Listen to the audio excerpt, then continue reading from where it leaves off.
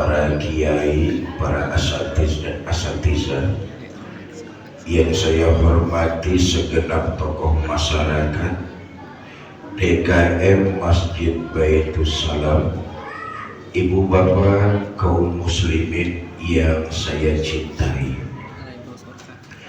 Tema malam ini memuliakan Al-Quran di zaman sekarang, mengingatkan kepada kita bahwa Al-Quran bukan tontonan, tapi Al-Quran adalah tuntunan. Iya Pak? Iya Bu? Apaan? Tahu bapak-bapak yang enak sebelah sini karena masih banyak yang kosong, biar ibu-ibunya merapat masuk ke dalam. Setuju ya? Bapak-bapaknya sebelah sini Pak, merapat lagi Pak. Nanti ibu-ibunya bisa masuk sebelah sini sambil diatur softnya. Sebelah sini masih kosong bapak-bapaknya. Sambil kita baca sholawat, tempat duduknya diatur. Setuju? Ya Rabbi bil Mustafa balligh maqasidana waghfir lana ma madha ya wasi'al karami ya Rabbi balligh maqasidana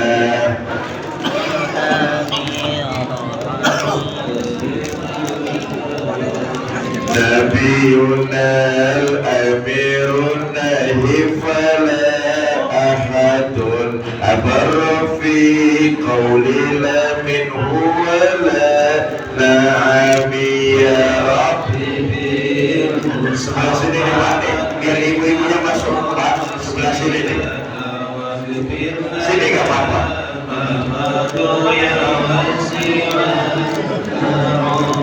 Muhammadun sayyidul kaunaini wa saqalaini wal fariqaini min urbi wa min ajami ya Rabbi. Silakan masuk Bu.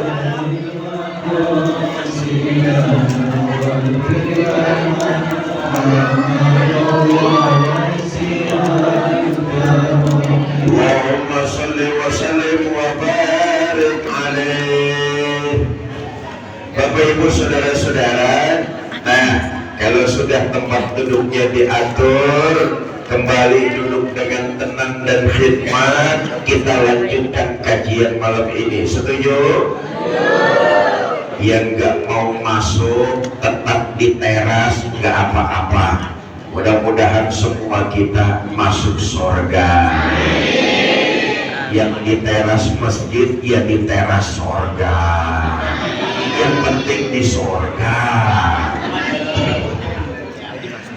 Bapak Ibu saudara-saudara, begini, mukjizat terbesar Nabi kita Muhammad Sallallahu Alaihi Wasallam, diturunkannya Al-Quranul Karim. Tadi saya katakan inilah tuntunan, inilah pedoman, inilah petunjuk bagi seluruh manusia. Memang semua agama punya kitab yang dianggap suci, semua agama. Kristen,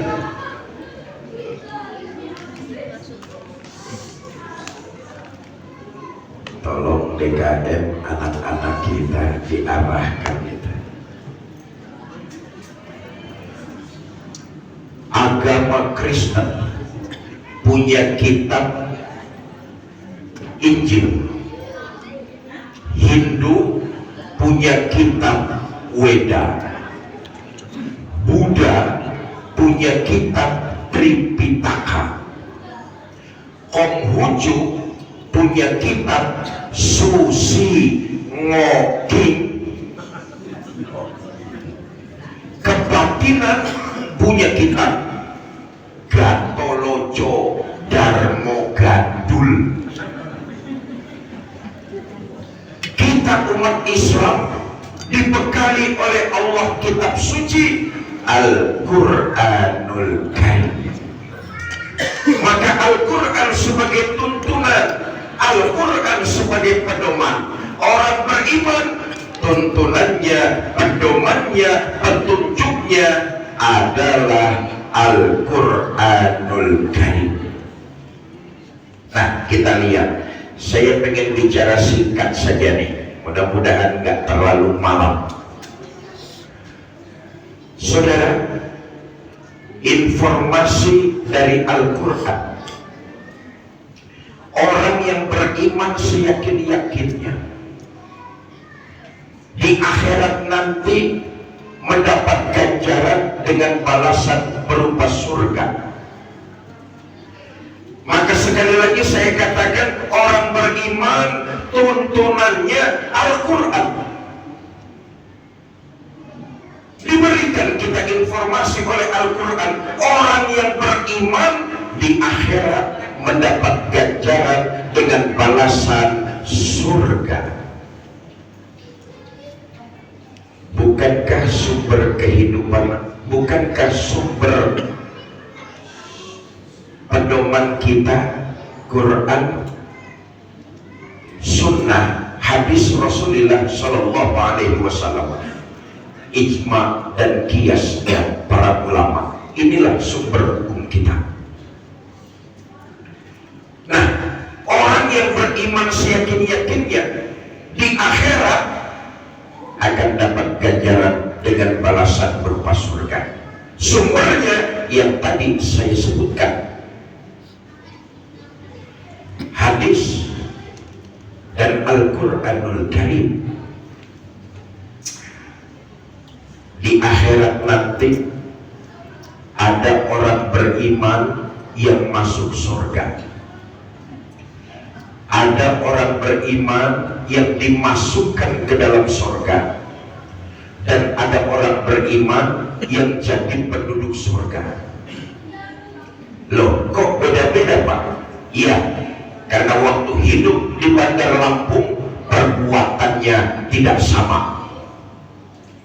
Beda antara masuk dengan dimasukkan. Nah, ini penting nih, saudara. Kalau masuk biasanya ada proses.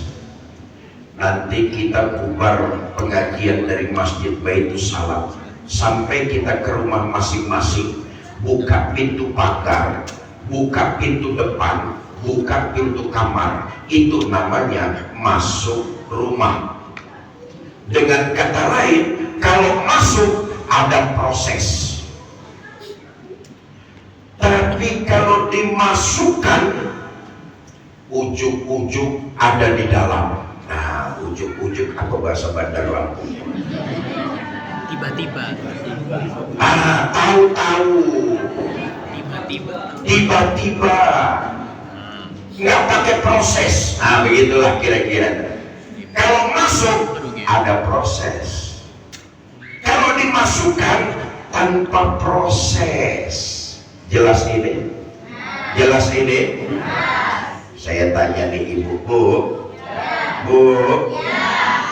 ibu lebih berasa yang mana, masuk atau dimasukkan? Meras saja ibu-ibu. Nah, kita lihat ini sumbernya hadis dan Quran, tuntunan hidup kita orang-orang beriman. Pertama, ada orang beriman yang masuk surga. Yang datang malam ini di Masjid Baitus Salam, saya yakin mau masuk surga semua. Betul? Yang datang malam ini ada nggak 50 orang? Lebih 100 orang? Lebih 1000 orang. Campur yang goib di kebun-kebun ini. Hari ini yang hadir di masjid, saya yakin semua kita ingin masuk surga. Betul? Pertama, orang beriman yang masuk surga. Saudara mau masuk surga? Mau masuk surga? Ini yang pertama, tiketnya murah. Sumbernya hadis junjungan kita baginda Nabi besar Muhammad sallallahu alaihi wasallam. Kata Nabi,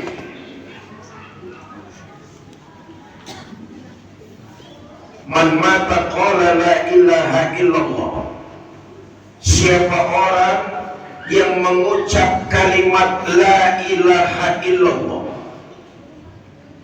sepanjang hidupnya dia beriman, tidak pernah menyekutukan Allah, summa mata ala zalik, lalu kemudian mati dalam kondisi beriman, nggak pernah menyekutukan Allah sedikit pun, maka orang beriman seperti itu dia berhak untuk masuk surga. Man qala la ilaha illallah summa mata ala zalik illa dakhala al-jannah. Sahabat protes, ya Rasul, walaupun orang itu berjudi, iya, walaupun berzina, walaupun mabuk-mabukan, iya, walaupun dia berjudi, berzina, mabuk-mabukan, dia hidup di Bandar Lampung memegang nilai iman, nggak pernah menyekutukan Allah sedikit pun sampai dia mati, maka orang macam ini dia berhak untuk masuk surga.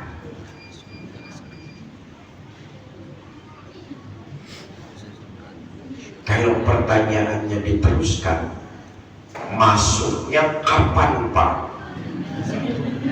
Nah, balik ke awal tuh. Kalau masuk ada proses, betul? Di akhirat, setelah Allah memasukkan penghuni neraka ke dalam neraka, Allah memanggil malaikat Malik. Malik, labbaik ya Allah. Penghuni neraka sudah masuk semua? Sudah ya Allah. Bagus. Kalau begitu Malik, sekarang kamu masuk neraka. Saya ya Allah. Iya. Buat apa? Dalam hadis qudsi Allah menyatakan, akhriju minan nar man kana fi qalbihi misqala dzarratin minal iman. Keluarkan orang-orang yang ada di neraka, di hatinya masih punya iman walaupun seberat biji sawi, keluarkan mereka dari neraka. Malaikat Malik dapat perintah dari Allah, nggak ngebantah, turun langsung ke neraka. Ngapain? Nyari orang yang di hatinya masih punya iman walaupun seberat biji sawi. Oh, rupa-rupanya iman yang ada di dalam dada kita bercahaya, bersinar, terang. Malik turun ke neraka, nyari orang yang di hatinya masih punya iman. Susah nyari orang kayak begitu di neraka, udah pada gosong, angus. Tapi karena imannya itu bercahaya, malaikat Malik kenal, ini orang ada imannya, diangkat lagi. Ini orang ada cahaya imannya, dikeluarin lagi. Ini orang waktu hidup di dunia nggak pernah menyekutukan Allah, beriman, dikeluarkan mereka. Nggak sedikit yang kayak begitu tuh. Nggak sedikit yang seperti itu. Mereka semua dikeluarkan, dikumpulkan, lalu dimandikan di sebuah sungai yang bernama Nahrul Hayat, sungai kehidupan. Subhanallah. Selesai dimandikan, bagus lagi badannya, cakep lagi wajahnya. Bertasbih mereka. Allah memerintahkan, izhab fadkhulil jannah, pergilah kalian semua masuk ke dalam surga. Berangkat orang-orang ini ke surga. Di surga rupanya ketemu sama teman-temannya yang sudah sampai duluan. Orang-orang Tanjung senang. Amin. Rupanya udah sampai surga duluan. Amin. Kata kata temannya yang sudah sampai duluan di sorga, Mas, iya baru sampai. Oh, emang kemana dulu Mas? Kita udah lama sampai sini. Nah, Quran memberikan kita informasi. Surah Al-Mudaththir, ma salakakum fis saqar, kenapa kamu mampir di neraka Saqar?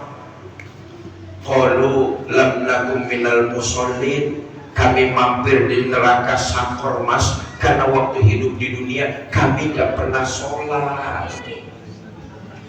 Nggak pernah sholat. Lah, kan waktu tinggal di Tanjung Senat rumahnya dekat sama Masjid Baitus Salam, cuma dekat doang, sholat mah nggak pernah. Untung saya menjaga iman, saya nggak menyekutukan Allah. Dulu waktu hidup di Bandar Lampung pernah mengucap 2 kalimat syahadat sekali-kalinya, itu juga waktu mau kawin. Innalillahi, untung kawin ini orang. Bapak Ibu saudara-saudara, sumbernya hadis. Orang yang tidak menyekutukan Allah sedikit pun dalam kehidupannya, maka dia berhak untuk jadi penduduk surga, masuk ke dalam surga, tapi pakai proses masuk. Yang kedua, ada orang beriman yang dimasukkan ke dalam surga. Nah, dia lebih tinggi dari yang pertama nih, nggak pakai proses. Apa sumbernya? Al-Quranul Karim. Innal ladzina amanu wa amilus sholihat la ukaffiranna anhum sayyi'atihim wa la udkhilannahum jannah. Orang-orang beriman hidup tidak pernah menyekutukan Allah dengan sesuatu pun, lalu mengerjakan berbagai macam nilai-nilai kebaikan, maka aku hapuskan kesalahan mereka, aku masukkan mereka ke dalam surga. Beriman, mengerjakan kebaikan, dihapuskan segala macam kesalahan kita. Mudah-mudahan malam ini kita hadir di masjid dicatat sebagai sebuah ibadah dan jadi kafarat, penghancur, pelebur, peluntur dari dosa dan kesalahan kita. Amin ya rabbal. Tuntunan Quran, orang-orang beriman mengerjakan berbagai macam ibadah, kami hapuskan segala macam kesalahannya dan kami masukkan mereka ke dalam surga. Dalam hidup, siapa sih orangnya yang tidak pernah berbuat salah? Ratusan orang yang malam ini hadir di masjid, ada nggak yang tidak pernah berbuat salah? Ada apa tidak? Semua kita ini belepotan salah. Belepotan apa bahasa Bandar Lampung ya? Sama ya. Semua yang hadir nih tempatnya salah dan dosa. Jangan sok suci, jangan merasa benar sendiri, orang lain dikata-katain. Maaf ya, maaf. Saya nih Fikri Zainuddin MZ, boleh jadi salah dan dosa saya lebih besar dari Bapak Ibu semua. Tapi rahman dan rahimnya Allah kepada hambanya, kepada kita semua luar biasa. Jadikan Al-Quran tuntunan. Beriman, mengerjakan berbagai macam amalan kebaikan, dihapuskan salah dan dosa yang pernah kita kerjakan. Rahman dan rahimnya Allah, tuntunan Quran. Manusia memang tempatnya salah dan dosa. Karena itu agama memberikan kita tuntunan, kalau kamu berbuat salah, ikuti kesalahan itu dengan istighfar dan memperbanyak nilai kebaikan. Nah, ini penting deh. Saudara, nanti kalau yang hadir semua malam ini di masjid masuk surga. Amin. Di surga nanti saudara nggak usah heran kalau melihat para ulama, para kiai, para asatiz dan asatizah banyak ada di surga. Nggak usah heran. Mereka ulama memiliki ilmu, mengajarkan ilmu dan mempraktekkan ilmunya dalam kehidupan sehari-hari. Wajar memang tempatnya ada di surga. Nggak usah heran. Kalau nanti di surga saudara lihat banyak pemimpin di sana, nggak usah heran juga. Surga itu pantas tempatnya pemimpin. Kata Nabi, satu hari pemimpin yang adil. Camat ada nggak camat? Lurahnya ada, wakil juga, RW ada, diwakilin juga.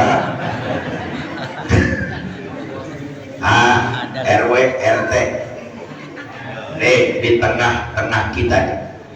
Dengarkan ini pemimpin-pemimpin, dan sesungguhnya kita semua pemimpin. Kata Nabi, pemimpin yang adil lebih Allah cintai daripada ibadahnya 70 tahun orang awam. Allahu Akbar. Pemimpin yang adil lebih Allah cintai daripada ibadahnya 70 tahun orang awam. Jadi kalau di surga saudara lihat banyak pemimpin, nggak usah heran. Pemimpin emang pantas tempatnya di surga. Pemimpin yang bagaimana? Pemimpin yang adil. Ucapan dan perbuatannya sama, itu pemimpin adil. Maaf ya, kan di kita ini banyak pemimpin-pemimpin yang ucapan dengan perbuatannya beda. Waktu kampanye mah janji mau mensejahterakan rakyat, begitu udah terpilih dapat jabatan tetap saja menyengsarakan rakyat.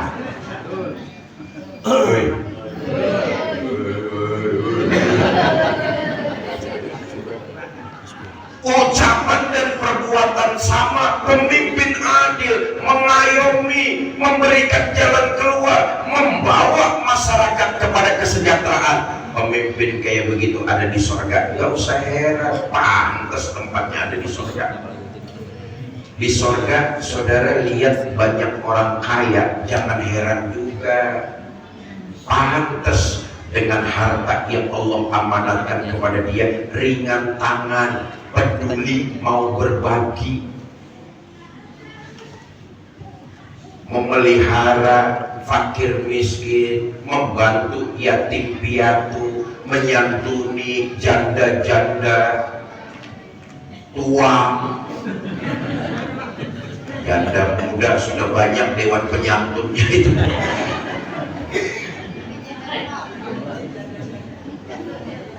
Orang kaya yang ringan tangan, membawa manfaat kepada orang lain, nggak usah heran, pantas emang tempatnya ada di surga. Tapi saudara akan terkejut melihat pelacur masuk surga. Pelacur, pelacur, apa bahasa Lampungnya? Sama ya, samalah pakai bahasa Indonesia saja. Pelacur bisa sampai masuk surga. Saudara terkejut, saudara samperin, saudara tanya, Mbak, iya Mas, kok ada di surga Mbak? Emang bagaimana ceritanya Mbak kok bisa ada di surga? cerita perempuan ini, Mas, dulu waktu hidup di dunia saya ini siapa? Mas kan tahu, Mas juga pernah jadi langganan saya. Mama lah. Tapi Mas jujur, saya mengerjakan perbuatan itu terpaksa. Sejak kecil saya sudah jadi yatim piatu. Ada tetangga saya muslim, Allah berikan sedikit kelebihan harta, jadi orang kaya, tapi pelitnya luar biasa. Medit, kikir, bahil, korek, apalagi bahasanya, util. Ada tetangga saya muslim sedikit kaya, tapi pelitnya luar biasa. Demi mengganjal perut, demi sesuap nasi, terpaksa saya merantau cari kerja. Merantau kemana, Pak? Bandar Lampung. Ngapain ke Bandar Lampung? Ada teman Mas nawarin kerjaannya si enteng, uangnya lumayan. Kerja apa, Bang? Dagang ampong. Satu malam saya lagi main ke Tanjung Senang, nggak sengaja lewat depan Masjid Baitus Salam. Lagi ada pengajian, ustadznya nyampein hadis, at-taib minas zambi kaman la zambala. Orang yang bertobat dari dosa sama dengan orang yang tidak berdosa.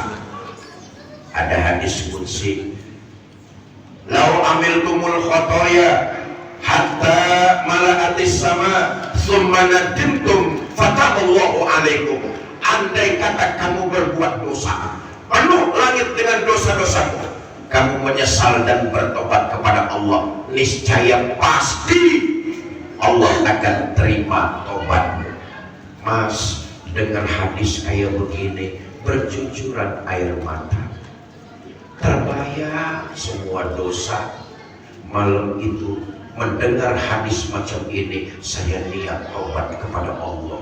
Saya pulang ke rumah kontrakan, ngepak koper, mau pulang kampung, tobat.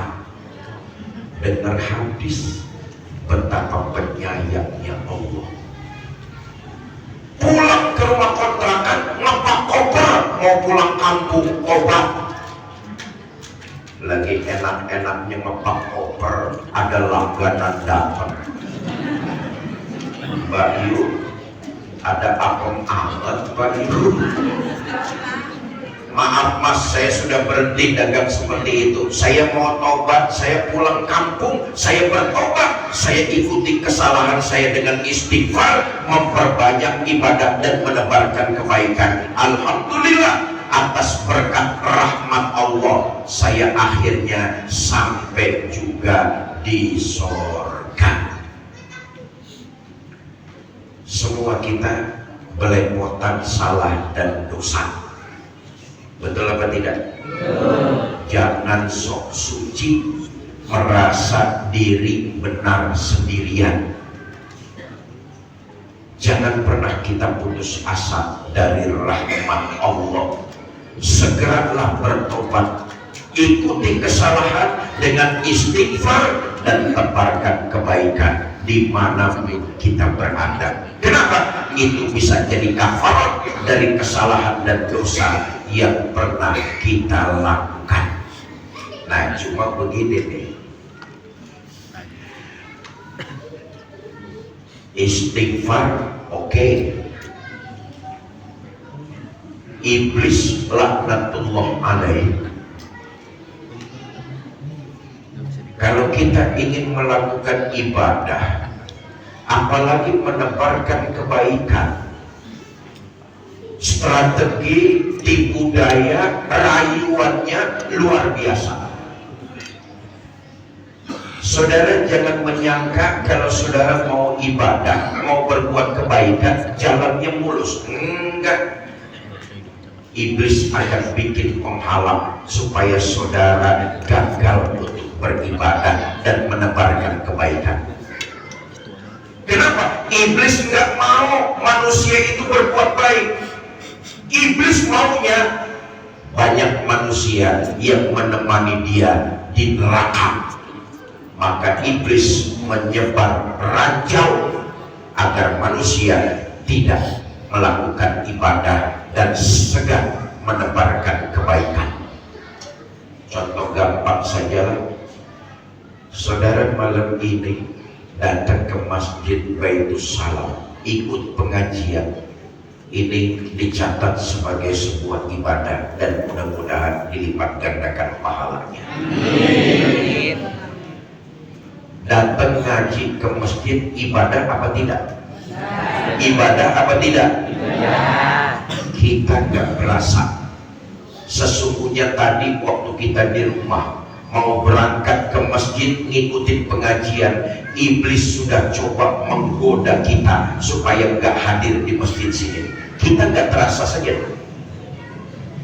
Tadi habis isya mau ke masjid, iblis sudah godain hati kita. Ngapain datang ke masjid? Dah di rumah aja, sinetron lagi rame. Digoda kita dengan sinetron, digoda kita dengan hal-hal yang tidak bermanfaat. Malam minggu ngapain datang ke pengajian? Udah jalan-jalan cari hawa segar. Godaan iblis. Supaya apa? Kita jangan beribadah, kita jangan menebarkan kebaikan. Tapi alhamdulillah jamaah Masjid Baitus Salam lawan godaan iblis, jihad. Enggak, saya mau datang ke Masjid Baitus Salam, mau ikut pengajian. Saudara datang ke masjid. Nih saya kasih tahu, Bapak Ibu jamaah yang saya muliakan, jangan disangka masjid itu daerah bebas zona iblis. Justru di Masjid Baitus Salam iblisnya gemuk-gemuk.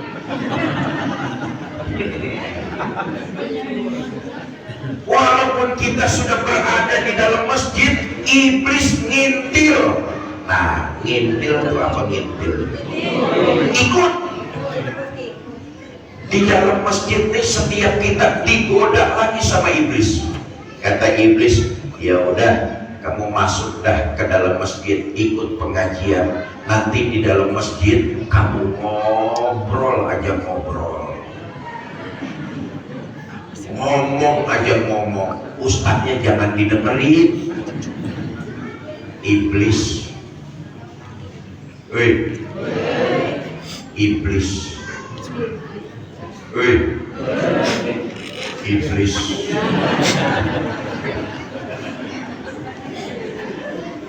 Saudara lawan lagi godaan iblis. Enggak, saya mau datang ke masjid ikut pengajian, mau diem dengerin pidato ustadznya. Iblis nggak nyerah saudara, digoda lagi hati kita. Kata iblis, ya udah nanti di dalam masjid tempat pengajian sampean gak usah ngobrol, diam saja, cari tempat duduk sambil nyender lalu tidur.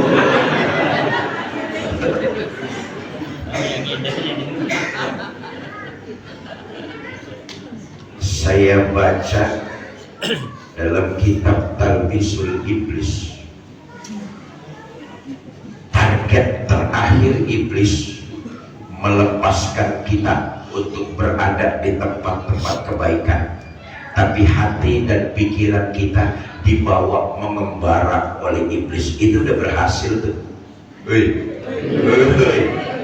Badan kita doang ada di pengajian, tapi otak dan hati kita dibawa mengembara oleh iblis. Itu udah berhasil iblis. Bapak Ibu saudara-saudara kaum muslimin yang saya cintai, yang kedua nanti ya,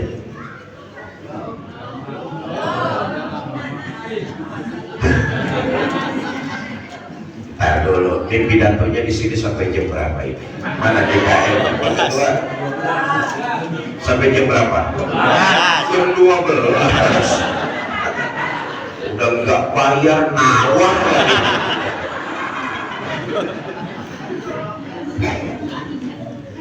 Innal ladzina amanu wa amilus solihat la ukaffiranna anhum sayyi'atihim wa la udkhilannahum jannah. Yang kedua kita lihat ayat ini. Innal ladzina amanu wa amilus solihat. Beriman gandengannya mengerjakan berbagai macam kebaikan. Itu paket. Nggak sempurna seseorang yang mulutnya fasih mengatakan beriman, tapi hidupnya nggak bawa manfaat buat orang-orang lain di sekitarnya. Kurang sempurna. Innal ladzina amanu wa amilus solihat. Lisan fasih mengaku beriman, tapi diikuti dengan berbagai macam kebaikan yang ia lakukan. Maaf, ini kan kontradiktif nih. Berbeda. Kita mulut fasih benar menyatakan diri orang beriman, tapi perbuatan kita kesetanan. Mulut ngaku beriman, tapi perbuatan pelitnya 17 setan.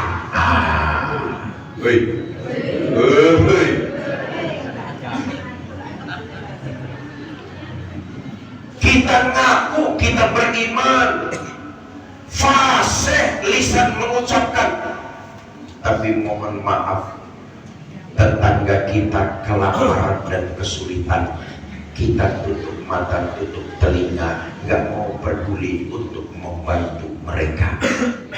Kurang sempurna keimanan.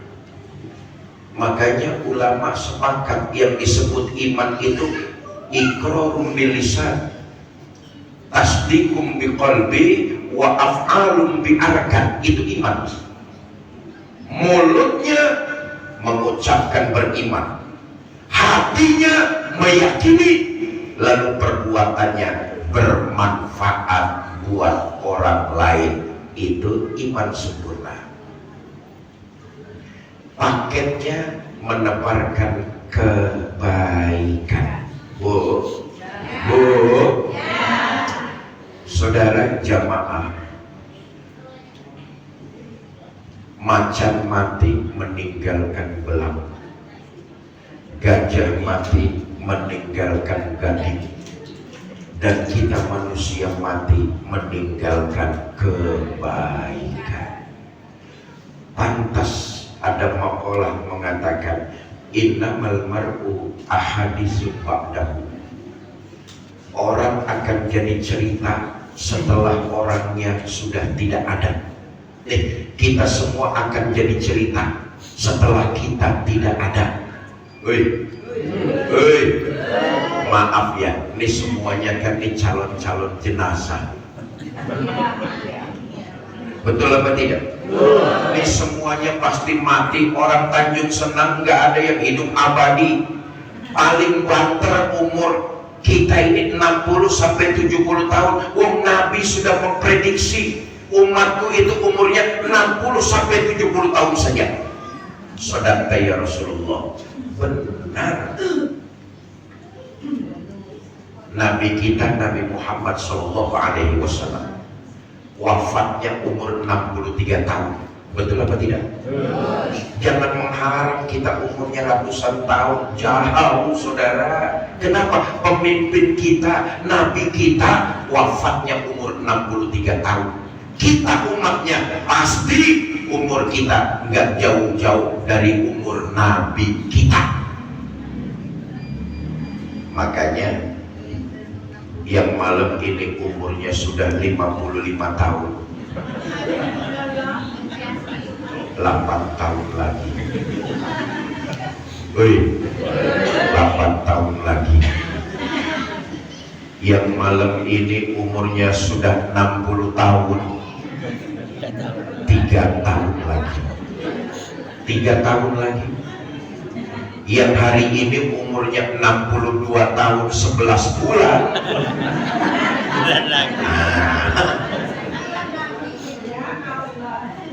Kita ini akan jadi cerita begitu kita sudah tidak ada.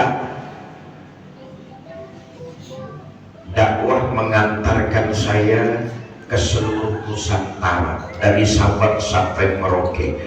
Dakwah di Bandar Lampung mah enak, ini kota besar.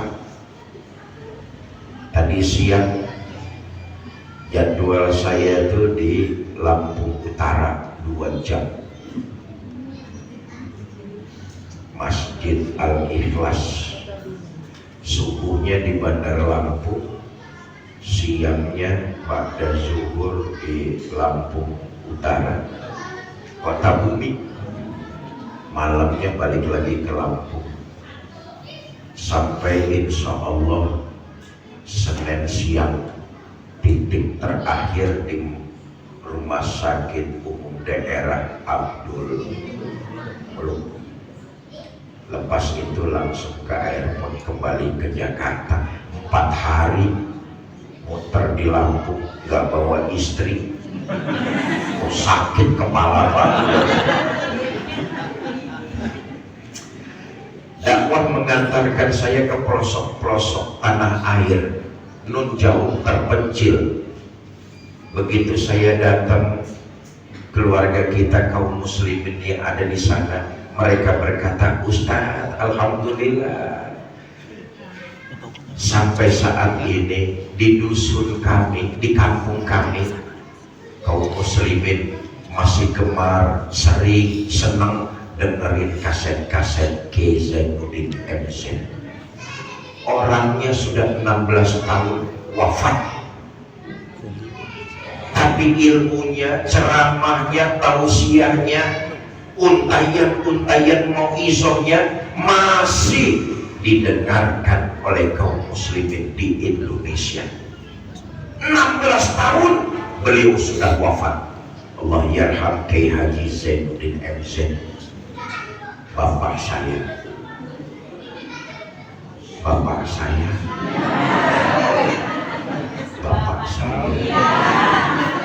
Saudara kenalkan sama Kiai Zainuddin MC? Kenalan di mana?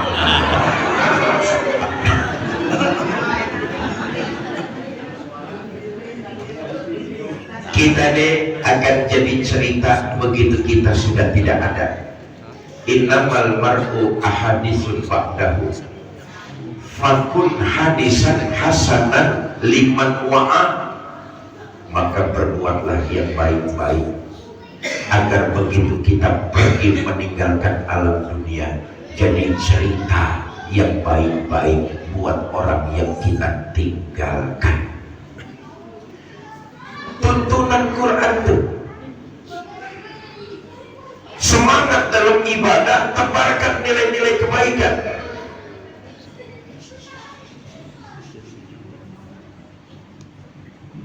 Saudara, kebaikan yang kita kerjakan bukan untuk menyenangkan Allah. Ibadah yang kita lakukan bukan untuk menguntungkan Allah. Allah itu serba maha, nggak perlu apa-apa. Wong Allah pencipta, betul apa tidak?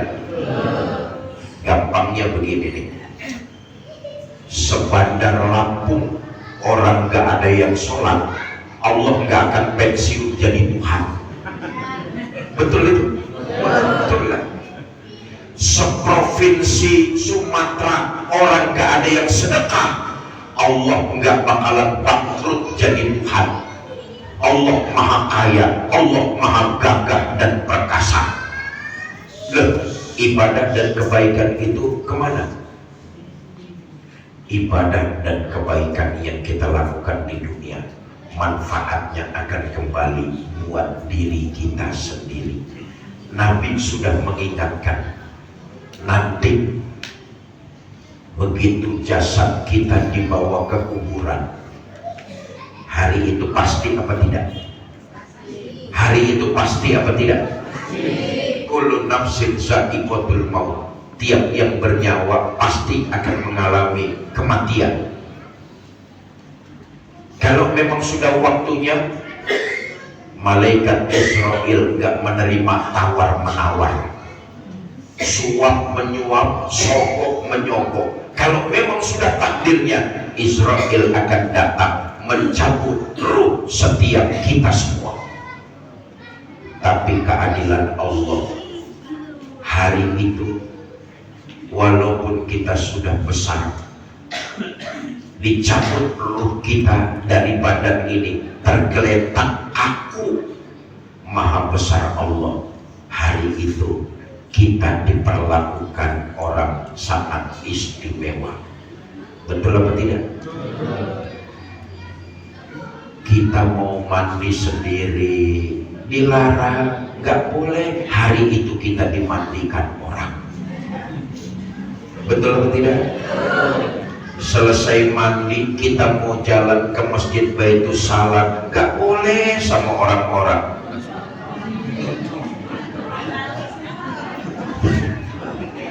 Akan diantar orang untuk disolatkan di masjid Baitus Salam. Betul apa tidak? Penghormatan dari yang hidup kepada yang mati. Selesai disolatkan di masjid ini, dimasukkan jasad kita ke dalam kendaraan yang paling serem, namanya keranda jenazah. Ini kendaraan paling serem. Siapa yang naik kendaraan itu pasti mati. Belum pernah ada yang gagal. Setelah disolatkan di sini, diangkat jasad kita, keranda kita diangkat. Bismillah wa ala millati Rasulillah, la ilaha illallah. Dibawa tuh kemana? Kuburan. Nah, yang nganterin kita kata Nabi 3, ahluhu wa maluhu wa amaluhu, keluarga, harta, amal perbuatan kita yang baik dan yang buruk itu ngantar kita ke kuburan. Tapi sayang yang dua pulang.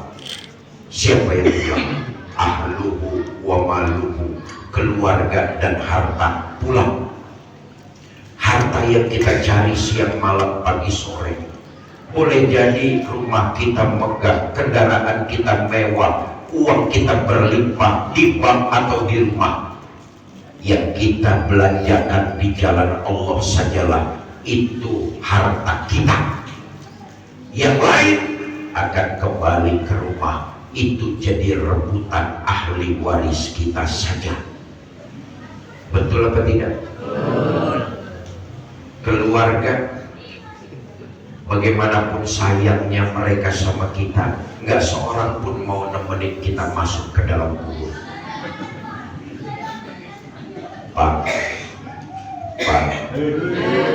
Pak, urusan mati bapak-bapak belaga budak.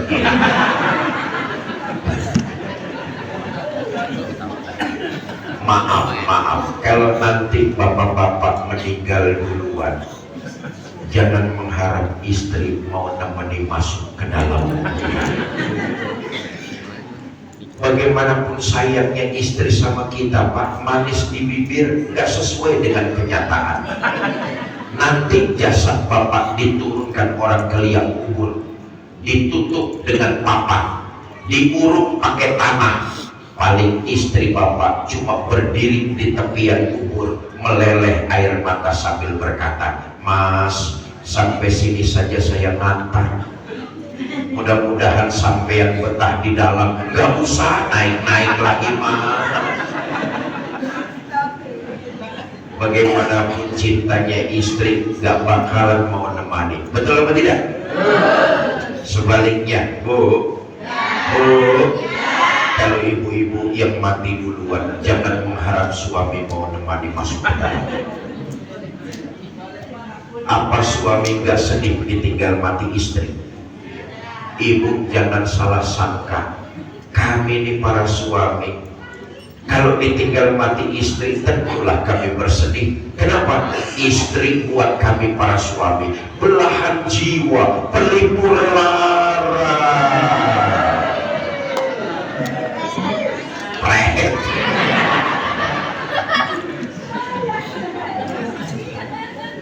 Apa suami nggak nangis ditinggal mati istri?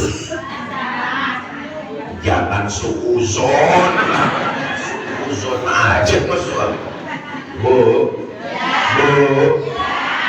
perlu para istri mengetahui kami ini suami menjadikan wanita sebagai istri pendamping kami. Niat kami adalah ingin meratukan istri-istri kami. Dengerin lah, ini istrinya siapa sih?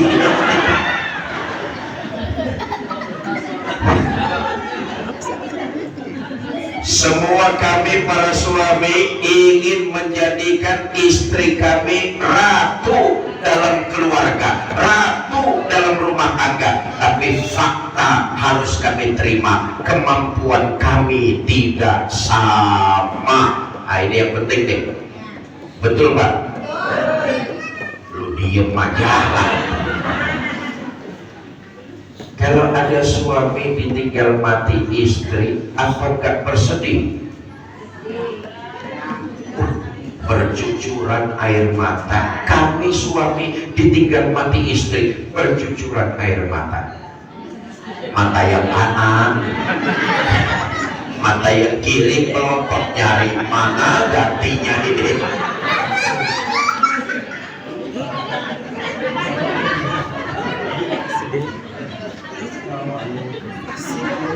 Bocah geli ngerti emang gitu. Tua belum waktunya. Nyatalah sudah yang nemani kita masuk ke dalam kubur perbuatan kita yang baik dan yang buruk. Saudara gak sholat, saudara gak puasa, saudara gak bayar zakat, hidup di Tanjung Senang, saudara jadi provokator kerusakan. Silakan.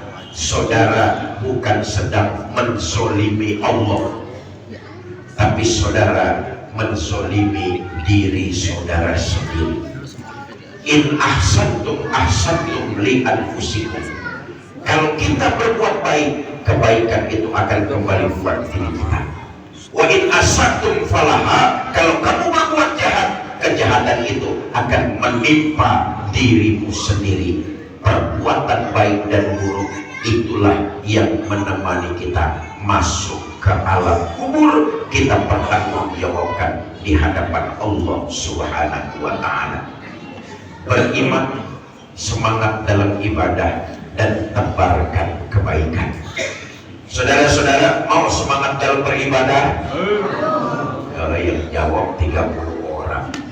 Saya tanya sekali lagi, saudara-saudara mau semangat dalam beribadah? Mau semangat dalam menebarkan kebaikan? Saya tes malam ini bersama dengan saya satu buah kebaikan, mudah-mudahan berlipat ganda pahalanya. Bapak Ibu saudara-saudara mau ikut bersedekah? Bawa uang berapa? 2.000.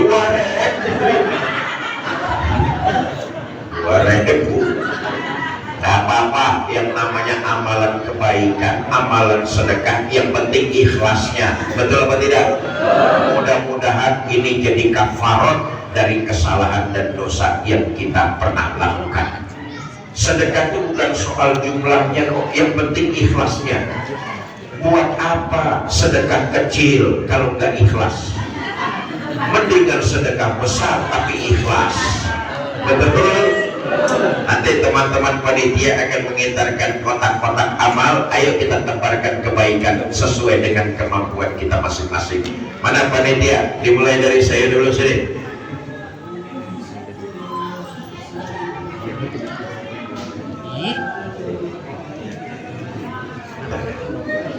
Mari kita ikuti dengan pembacaan sholawat. Setuju ya?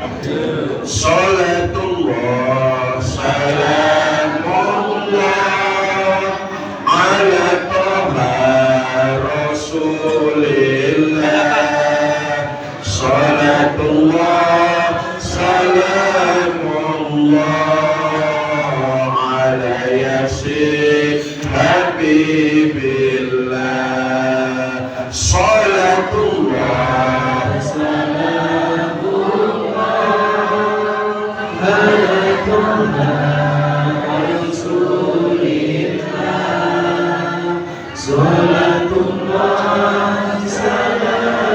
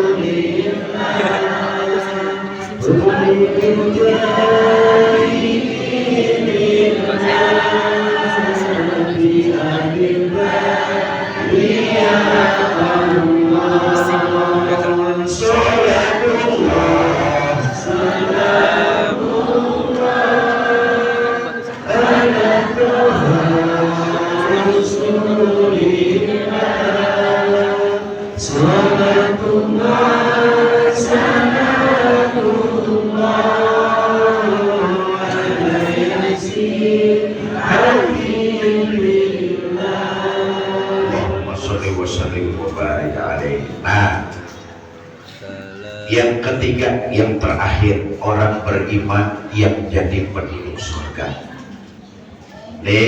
Kelasnya VVIP tertinggi. Apa sumbernya? Al-Quranul Karim.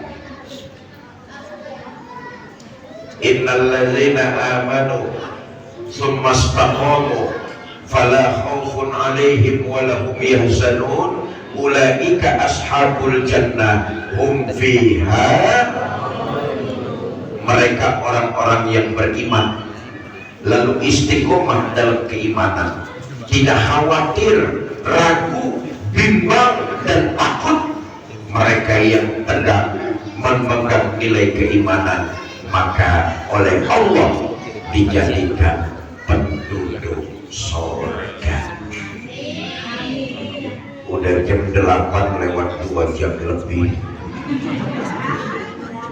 Saya titip pesan jamaah Masjid Baitus Salam mulai malam ini dan seterusnya, kalau melakukan kebaikan, amalan sedekah, niatkan pahala sedekah itu kirim buat keluarga tercinta yang sudah meninggal dunia. Semua kita ini punya keluarga yang udah meninggal, betul atau tidak? Entah ibu kita, entah bapak kita, atau keduanya, entah anak kita, entah pasangan kita, entah adik kita, entah kakak kita, entah paman kita, entah bibi kita.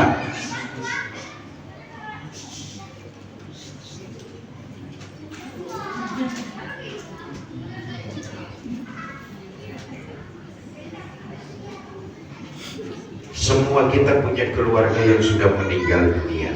Kirimkan pahala sedekah yang kita lakukan buat mereka tanpa ngurangin pahala kita. Pahala itu akan sampai kepada mereka dan mereka senangnya luar biasa. Itu lebih baik dari dunia dan seisinya. Sekali lagi, Quran memberikan informasi orang-orang yang sudah meninggal dunia, mereka memohon kepada Allah untuk dihidupkan kembali, diberikan kesempatan kedua kali, walaupun cuma satu tarikan nafas saja. Mereka ingin jadi orang baik dan mereka ingin melakukan sedekah. Kita yang masih hidup, cinta kepada ibu bapak, cinta kepada keluarga, amalan sedekah yang kita lakukan tanpa mengurangi pahala kita, niatkan itu pahalanya kirim buat keluarga. Mudah-mudahan itu jadi wasilah terbukanya pintu rahmat Allah. Dengan sebab sedekah yang kita lakukan, Allah jadikan kubur keluarga kita rawdhah min riyadil jannah. Akhirat bukan khurafat, alam kubur bukan tahayul. Kita semua akan nyusul mereka. Alam kubur itu ada kehidupan. Alam kubur itu bukan diem topang dagu lalu melongo, enggak. Alam kubur ada kehidupan, tapi pilihannya enggak sebanyak pilihan di Kelurahan Tanjung Semang. Alam kubur pilihannya cuma dua, nikmat kubur atau siksa kubur. Kalau dapatnya nikmat kubur, alhamdulillah.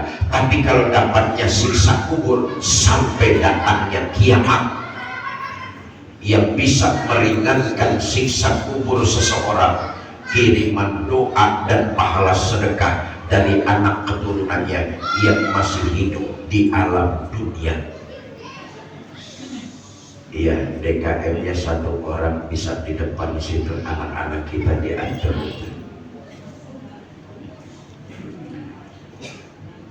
Itu bisa meringankan siksa mereka.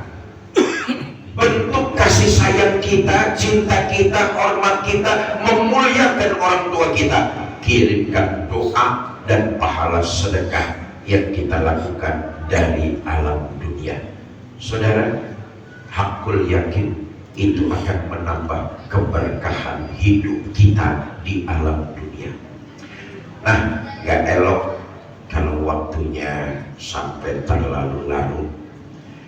Saya terima kasih kepada DKM Masjid Baitus Salam, tokoh masyarakat di sini, panitia safari dakwah, teman-teman dari Yayasan Darul Dakwah yang dipimpin oleh Ustadz Hardi.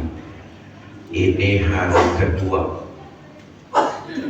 kami memang sedang mengusung satu program, yaitu mencetak 1 juta penghafal dan pengamal Al-Quran, pedoman, tuntunan, pedoman. 1 juta penghafal dan pengamal Al-Quran di Indonesia. Program ini bukan hayalan, kita punya modal. Indonesia penduduknya mayoritas beragama Islam, betul apa tidak? Jumlah kita 87%. Ayo kita hitung populasi rakyat Indonesia 2026 285 juta orang. Islam mayoritas 87%. Kira-kira 225 juta orang di Indonesia beragama Islam, dari Aceh sampai Papua, termasuk kita Bandar Lampung. Banyak apa tidak? Banyak apa tidak? Kita jangan cuma banyak secara kuantitas, tapi kualitas harus terus kita pompa. Apa buktinya? Terbanyak penghafal Al-Quran masih dipegang Palestina. Padahal Palestina penduduknya cuma puluhan juta, kita ini ratusan juta. Tapi faktanya mereka terbanyak penghafalnya. Mudah-mudahan dengan program-program seperti ini ke depan Indonesia jadi terbanyak penghafal, lebih-lebih pengamal Quran. Yang kedua, programnya mencetak 1000 ulama Nusantara. Tadi Ustadz Hadi sudah sampaikan tahun ini